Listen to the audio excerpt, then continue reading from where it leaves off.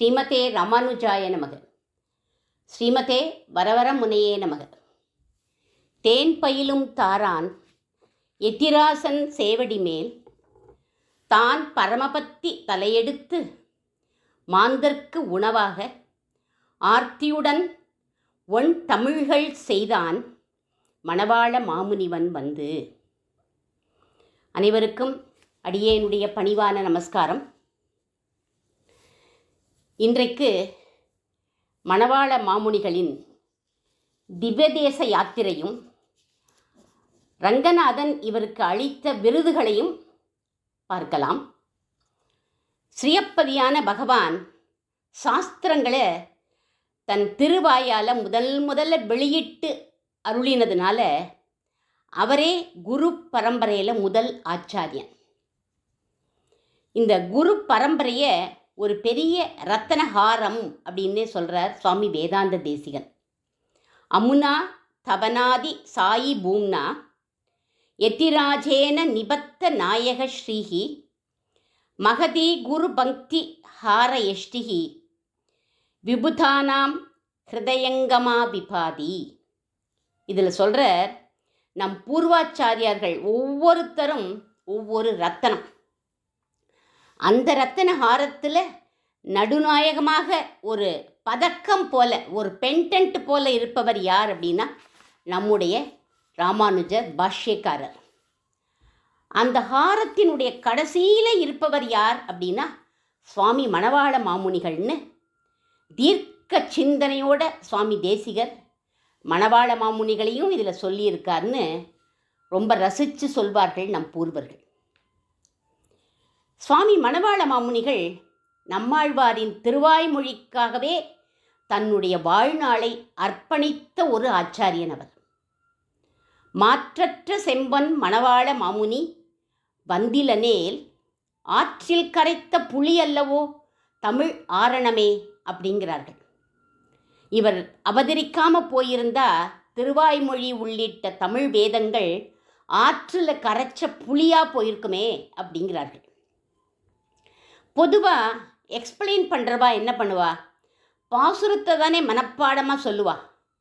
ஆனால் இவர் விளக்க உரையையும் மனப்பாடமாக சொல்வாராம். அப்படின்னு ஆர்த்தி பிரபந்தத்தில் ஒரு பாசுரம் அவரே பாடியிருக்கார். பண்டு பல ஆரியரும் பார் உலகோர் உய்ய பரிவுடனே செய்தருளும் பல கலைகள் தம்மை கண்டதெல்லாம் எழுதி அவை கற்றிருந்தும் பிறருக்கு காதலுடன் கற்பித்தும் காலத்தை கழித்தேன் அப்படிங்கிறார் அவரே.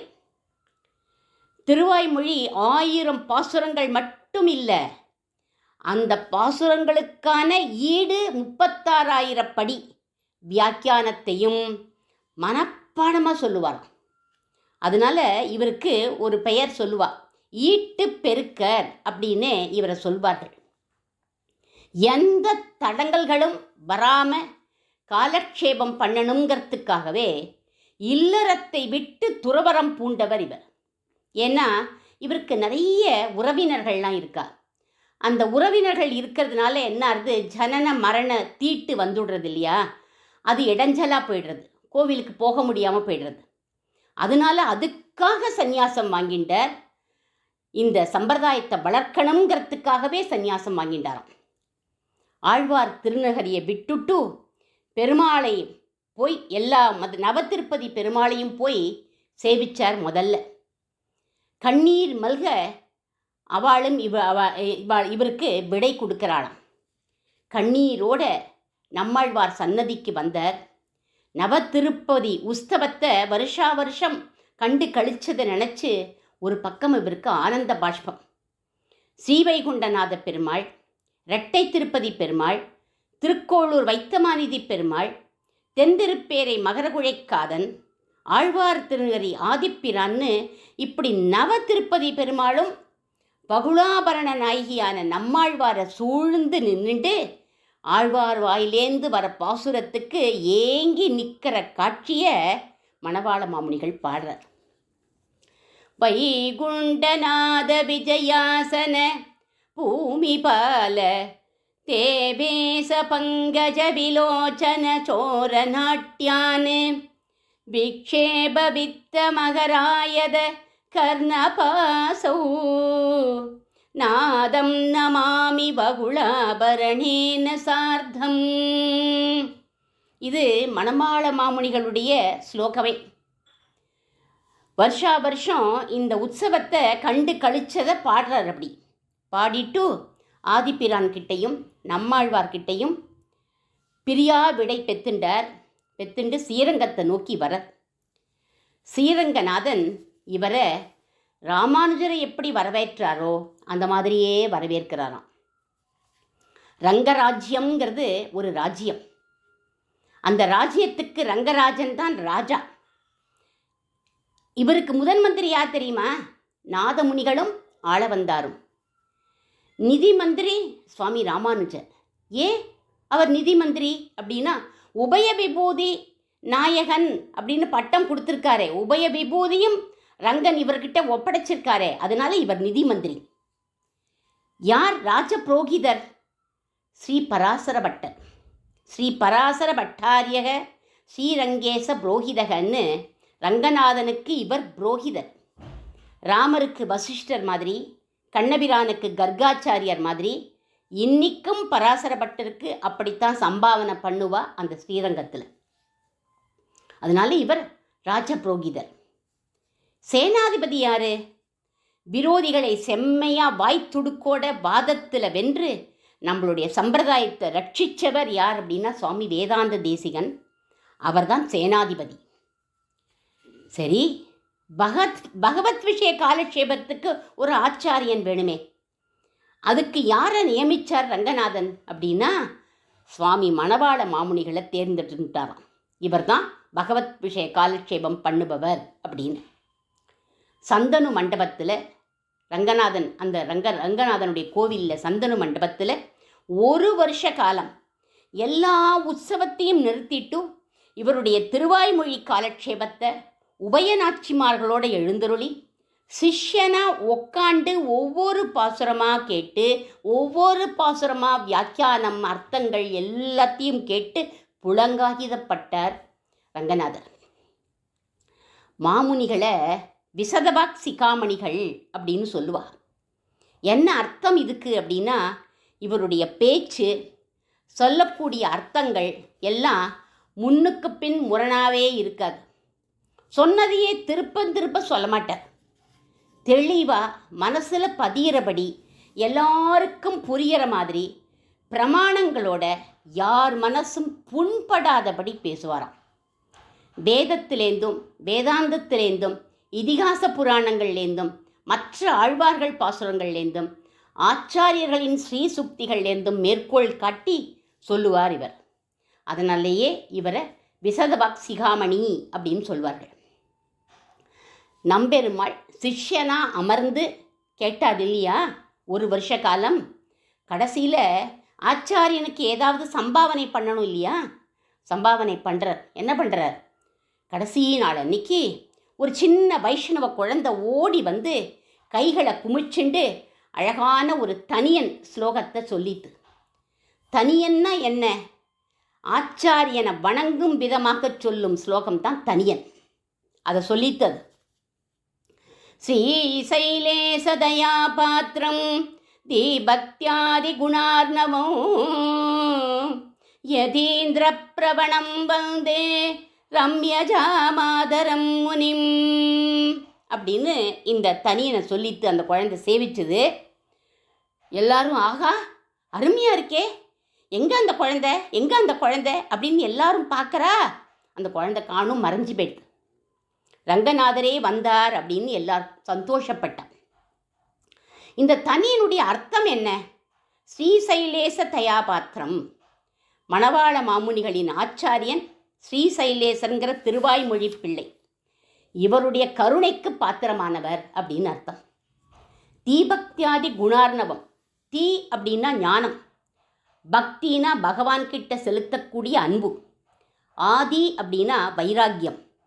ஞானம், பக்தி, வைராக்கியங்கிற ஆத்ம குணங்களில் குணார்ணவம்னா கடலாக இருக்கக்கூடியவர். யதீந்திர பிரவணம். யதீந்திரரான ராமானுஜர் திருவடிகளில் மிகுந்த பக்தி கொண்டவர். வந்தே ரம்யஜா மாதரம் முனிம். ரம்ய அப்படின்னா அழகியன்னு அர்த்தம். ஜாமாதா அப்படின்னா மாப்பிள்ளை. அழகிய மணவாள மாமுனிவன் அப்படின்னு அர்த்தம். ரம்யஜா மாதரம் முனிம் அப்படின்னா அழகிய மணவாள மாமுனிங்கிற ஆச்சாரியனை வணங்குகிறேன் அப்படிங்கிறார். யார்? சிஷ்யரான நம்பெருமாளை. இந்த தனியனைத்தான் சேவா காலங்கள்லாம் எல்லா வைஷ்ணவ கோவில்கள்லையும் பிரதானமாக முதல்ல ஆரம்பித்து சொல்லுவாள். அதுக்கப்புறம் ரங்கநாதர் இன்னொரு சம்பாவனை ஒன்று பண்ணார். அது என்னது அப்படின்னா, தன்னுடைய ஆதிசேஷ ஆசனத்தை கொடுத்துட்டார். அதனால தான் மணவாள மாமுனிகள் பார்த்தேன்னா ஆதிசேஷ பீடத்தில் அமர்ந்த திருக்கோலத்தில் காட்சி கொடுப்பார். தான் ஆதிசேஷ அவதாரங்கிறதுனால காட்சி கொடுக்கல, ரங்கநாதரே இந்த ஆதிசேஷ பீடத்தை கொடுத்ததுனால அதில் அமர்ந்து காட்சி கொடுக்குறார் அவர். கொஞ்ச நாளைக்கு ஸ்ரீரங்கத்திலேயே இருந்தார். அதுக்கப்புறம் பல பெருமாள் கிட்ட விண்ணப்பிச்சுண்டு பல திவ்ய தேச யாத்திரைக்கு புறப்படுறார். அங்கங்கே அந்தந்த திவ்ய தேச பெருமாளை மங்களாசாசனம் பண்ணுறார். ஸ்ரீபெரும்பூதூருக்கு வந்துட்டார். ராமானுஜர் இருந்த இடமா அப்படின்னு கண்டு கழிக்கிறார். சிறு குழந்தையா இருந்து விளையாடின ஊர்னா இது. அந்த மண்ணில் விழுந்து விழுந்து புரள்றார். இதோ பெரும்பூதூர், இங்கே பிறந்தோ நம் எத்திராசர் எம் இடரை தீர்த்தார், இதுவே நல் நகரிக்கு ஒப்பான ஓங்கு புகழுடைய ஊர் அப்படின்னு உற்சாகமாக பாடுறார். பாடிண்டு ராமானுஜருடைய அர்ச்சா திருமேனியை வந்து சேவிச்ச அப்படியே கண்களில் ஆனந்த பாஷ்பம். அதுக்கப்புறம் அங்கே உள்ள பெருமாளையும் போய் சேவிச்சுட்டு அங்கேருந்து கிளம்பி காஞ்சிமா நகரத்துக்கு வந்தார். ஒவ்வொரு பெருமாளையும் சேவிச்சார். ஒவ்வொரு பெருமாளுக்கும் மங்களாசாசனம் பண்ணினர். நம்ம அதெல்லாம் பார்க்க போகிறது இல்லை, ஏன்னா டைம் கிடையாது. சில கோவில்களை மட்டும், சில இடங்களை மட்டும் சொல்ல போகிறோம். அடுத்தது திருவாலி திருநகரிக்கு வந்தார். அங்கே தான் திருமங்கை ஆழ்வாரை வந்து சேவிக்கிறார். அவருடைய ஊர் அது. அவருடைய அழகை பார்த்தார், மயங்கிய போயிட்டார். சொல்கிறார், பாடுறார் பாருங்கோ. உரை கழித்த வாளை ஒத்த விழிமடந்தை மாதர் மேல் உருக வைத்த மனம் ஒழித்து உலகளந்த நம்பி மேல் குறைய வைத்து மடலெடுத்த குறையளாளி திருமணங் கொல்லை தன்னில் வழிபறித்த குற்றமற்ற செங்கையா. உலகளந்த நம்பிய வழிமறிச்சு நகைகள்லாம் கேட்டலே, அது குத்தமே இல்லை, கரெக்டு தாங்கிறார் இவர். அப்படி சொல்லிட்டு மந்திரத்தை உபதேசம் பண்ணுன்னு மிரட்டினேளே, அப்போ உங்களுடைய அழகு என்னமா இருந்தது அப்படின்னு அந்த அழகை பாடுறார். மறை உரைத்த மந்திரத்தை மால் உரைக்க அவன் முன்னே மடி ஒதுக்கி மனமடக்கி வாய்ப்புதைத்து ஒன்னவா குறை குளித்த வேலனைத்து நின்று இந்த நிலைமை என் கண்ணை விட்டு அகன்றிடாது கலிய நாணை ஆணையே. வேலை அணைச்சிண்டு குமுதவல்லி நாச்சியாரோட நீங்கள் நிற்கிற அழகு என்னுடைய கண்ணை விட்டு அகலவே அகலாது அப்படின்னு மங்களாசாசனம் பண்ணுறார். நம்ம கண்களை விட்டு கூட அகலவே மாட்டார். திருவாலி திருநகரிக்கு போய் நீங்கள் ஆழ்வாரை சேவிச்சேல்னா குமுதவல்லி நாச்சியாரோடு அப்படி வேலை அணைச்சிண்டு அழகாக காட்சி கொடுப்பார் அவர். அடுத்ததாக அங்கிருந்து மன்னார்குடி ராஜமன்னார் சேவிக்கிறதுக்கு வரார். ஆழ்வார்கள் இந்த பெருமாளுக்கு பாசுரமே பாடலை. அதனால் இவர் பார்த்த துவாரகை கண்ணனுக்கு ஆழ்வார் பாடிய தீர்ப்பாரே யாமினி அப்படிங்கிற ஒரு பாசுரமும் மாசரு சோதிங்கிற பாசுரத்தையும் இவருக்கு மங்களாசாசனம் பண்ணிட்டார் இவர். அப்படி பண்ணலாமா? ஆழ்வார் பாடின பாசுரத்தை கொண்டு வந்து இவருக்கு கொடுக்கலாமா, சமர்ப்பிக்கலாமா அப்படின்னா பண்ணலாமா? ஏன்? ஆழ்வார்களின் பாசுரம் இவாளுக்கெல்லாம் முப்பாட்டன் சொத்து, அந்த ரைட் இவாளுக்கு உண்டு. அதனால இவர் சமர்ப்பிச்சார். அதே மாதிரி ராமானுஜரும் சமர்ப்பிச்சார். மேலக்கோட்டை திருநாராயணபுர பெருமாளுக்கு அவரும் சமர்ப்பித்தார். சுவாமி தேசிகர் கோபால விம்சதி அருளின மாதிரி இவரும் மன்னார்குடி ராஜகோபாலனுக்கு ஒரு விம்சதி பாடுறார். அதில் கிருஷ்ணனை சுகபிரம்ம ரிஷி பாகவதத்தில் பூர்ண பிரம்மம் அப்படின்னு சொன்ன மாதிரி இவரும் சொல்கிறார். பூர்ணம் பிரம்ம ஸ்வயமிக விஹாயாஹி பர்யங்க பர்யம் போரக்ஷார்த்தம் வரயதுகுலே வாசுதேவோவதீர்ணக வேலாதீதஸ்வபரவிதிதாராது ஆச்சரியசர்யக கோபஸ்திரீணாம் பிரதிகிருஹமடன் கோபடிம்போ விவாதி. இது இவருடைய விம்சதி. இந்த ஸ்லோகத்தில் அவர் சொல்கிற வேதத்தோட உச்சியில் உள்ள பூர்ண பிரம்மம் இங்கே கோகுலத்தில் ஒவ்வொரு வீடாக போய் நின்றுட்டு, மாமி கொஞ்சம் வெண்ணெய் கொடுங்கோளே, வெண்ணெய் தாங்கோளேன்னு பிச்சை வாங்குறதே அப்படிங்கிறார். அந்த ஆய்ச்சி என்ன தெரியுமா சொல்கிறா? போட, உனக்கெல்லாம் தரமாட்டோம். ஏன் மாமி, உங்கள் ஆற்றுல தான் அத்தனை வெண்ணெய் இருக்கேடா, இங்கே ஏண்டா வந்து கேட்குற? அது உங்கள் கையால் கிடச்சா நன்னா இருக்கும் மாமி அப்படிங்கிறதான் அந்த குட்டி கிருஷ்ணன். அப்படியா? அப்போ ஒரு டான்ஸ் ஆடு, கொடுக்குறேன் வெண்ணெய் அப்படிங்கிறா. வெண்ணெய்க்காக டான்ஸ் ஆடுறது பரபிரம்மம். வெண்ணெய்க்காடும் பிள்ளைன்னே பேர், கையில் வெண்ணெயை வச்சுட்டு புன்முறுவலோடு ஆடுறது அந்த பரபிரம்மம். பிரதிகிருஹ மடன்னு கோபடிம்போ விவாதி அப்படின்னு வார்த்தை போட்டிருக்க. ஒவ்வொரு கிரகத்திலையும் போய் நின்றுட்டு வெண்ணெய் கேட்டு ஆடுறதே இந்த பிள்ளை அப்படின்னு. இத்தகைய கோப சிசுவா மாமுனிகளுக்கு ஏன் தோணித்து அப்படின்னா, மன்னார்குடியில் வெண்ணெய்த்தாழி உற்சவம் ரொம்ப வசதி. நிச்சயமாக ஒவ்வொருத்தரும் போய் சேவிக்கணும் அந்த உற்சவத்தை. அங்கே அந்த ஊரில் உள்ளவா, பக்கத்து கிராமத்தில் உள்ள கோனார் அவள்லாம் இந்த உற்சவத்துக்கு வந்துடுவாள். வெறுமை நின்றுட்டு வேடிக்கை பார்க்க மாட்டா. கோபாலன் மேலே வெண்ணெயை வீசி வீசி வீசி மூஞ்சியில் எரிவா. தவழ்ந்துட்டு வெண்ணத்தாழி அணைச்சுண்டு இருக்கிற கோபாலனோட முகத்திலேருந்து அந்த வெண்ணெய் அப்படியே வழியும். அதை எடுத்து எடுத்து அர்ச்சகர் குடத்தில் போடுவார். 4 வீதியும் சுற்றி வருமா அந்த கோபாலன். அது கண்கொள்ளா காட்சியாக இருக்கும். இன்றைக்கும் நடக்கிறது அந்த உற்சவம். அந்த உற்சவத்தை நினச்சிண்டு பூர்ண பிரம்மம் வெண்ணெய்க்கு அலையிறதே அப்படின்னு பாடினாராம். இவருடைய விம்சதிக்கும் சுவாமி வேதாந்த தேசிகர் பாடின கோபால விம்சதிக்கும் ஒரு ஒற்றுமை இருக்குது. எப்போவுமே கண்ணன் ராதையோட தோளில் கையை போட்டுண்டு ஒரு கையில் தாமரப்பூவை எடுத்துட்டு போவான்னு வர்ணிக்கிறது பாகவத ஸ்லோகம். பாகும் பிரியாம்ச உபதாய கிரகீத பத்மஹ அப்படிங்கிறது பாகவதம். அதாவது ராதையை பிரியை அப்படிங்கிறது. பிரியை அப்படின்னா என்ன அர்த்தம்? காதலின்னு அர்த்தம்.